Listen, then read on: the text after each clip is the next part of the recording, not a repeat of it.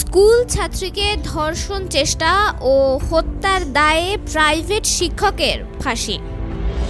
রাঙামাটির স্কুল ছাত্রীকে ধর্ষণের চেষ্টা এবং পরবর্তীতে শ্বাসরোধ করে হত্যার দায়ে একজনের মৃত্যুদণ্ড আদেশ দিয়েছেন আদালত। মৃত্যুদণ্ডের রায়ে দণ্ডিত ব্যক্তি হলেন অবাংচিং মারমা প্রকাশ আবাসু প্রকাশ বামং। তার বয়স 46 বছর। 13 জুন রোজ বৃহস্পতিবার দুপুরে নারী ও শিশু নির্যাতন দমন ট্রাইব্যুনালের এক বিচারক এই রায় দেন।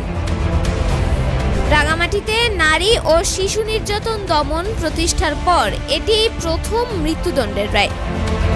নারী ও শিশু নির্যাতন দমন ট্রাইব্যুনালের বিচারক AEM ইসমাইল হোসেন রায়ে বলেন, আসামি অবাংচিং মারমা প্রকাশ আবাসু প্রকাশ বামং, পিতা উচাখাই মারমা, মাতা উসাং মারমা, গ্রাম বড়লেখাপাড়া, থানা চন্দ্রঘোনা, জেলা রাঙামাটি পার্বত্য জেলা, কে নারী ও শিশু নির্যাতন দমন আইন 2000 অনুযায়ী 9(4) খ ধারায় 10 বছরের সশ্রম কারাদণ্ড এবং 50,000 টাকা জরিমানা এবং পেনাল কোড 1860 302 ধারা মোতাবেক অপরাধের দায়ে মৃত্যুদণ্ড এবং 1 লক্ষ টাকা জরিমানার দণ্ড প্রদান করা হলো।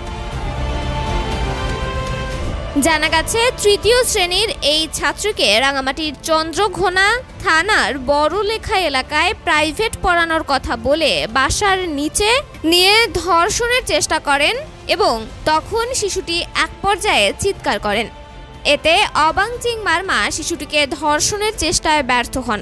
এক পর্যায়ে ধর্ষণ চেষ্টায় ব্যর্থ হয়ে ছাত্রীকে শ্বাসরোধ করে হত্যা করে। পরবর্তীতে নিহত স্কুল ছাত্রীর বাবা বাদী হয়ে চন্দ্রকোনা থানায় মামলা দায়ের করেন। তন্নি শিকদার, দৈনিক সকালের দুনিয়া।